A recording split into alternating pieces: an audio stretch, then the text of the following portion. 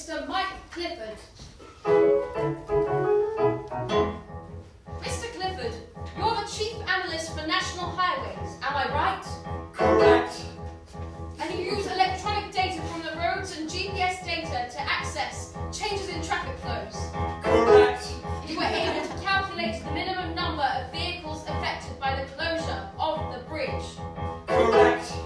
And The number is the difference between the ordinary driving days and any days there's been a closure of the bridge. And 546,942. 546,942 what? Vehicles affected by the closure of the bridge. That's a very large number, a significant effect.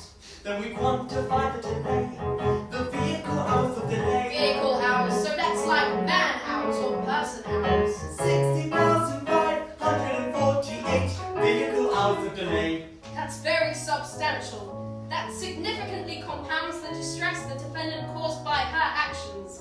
If I divide the 550,000 vehicles by, say, 60,000 hours of delay, you could say that every vehicle was delayed on average by something over 9 hours. No.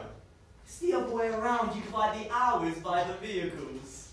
Oh. Well, let me see. Long division. Here we go. The answer is 6 minutes and 6 seconds. 6 minutes and 6 seconds. Correct. 6 minutes and 6 seconds. 6 minutes and 6 seconds. How very embarrassing. And the Ministry of Transport gives us the cost, the hourly cost. £15.14. That is what they say. £15.14 for every hour delay. £15.14. That's a vehicle hours of delay.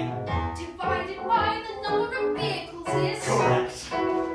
The economic impact of every hour delay.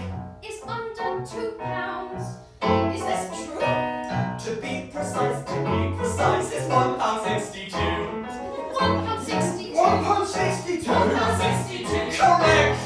Oh, that is rubbish. £1.62. I lost thousands. That lady was stuck for hours. Oh, we all were.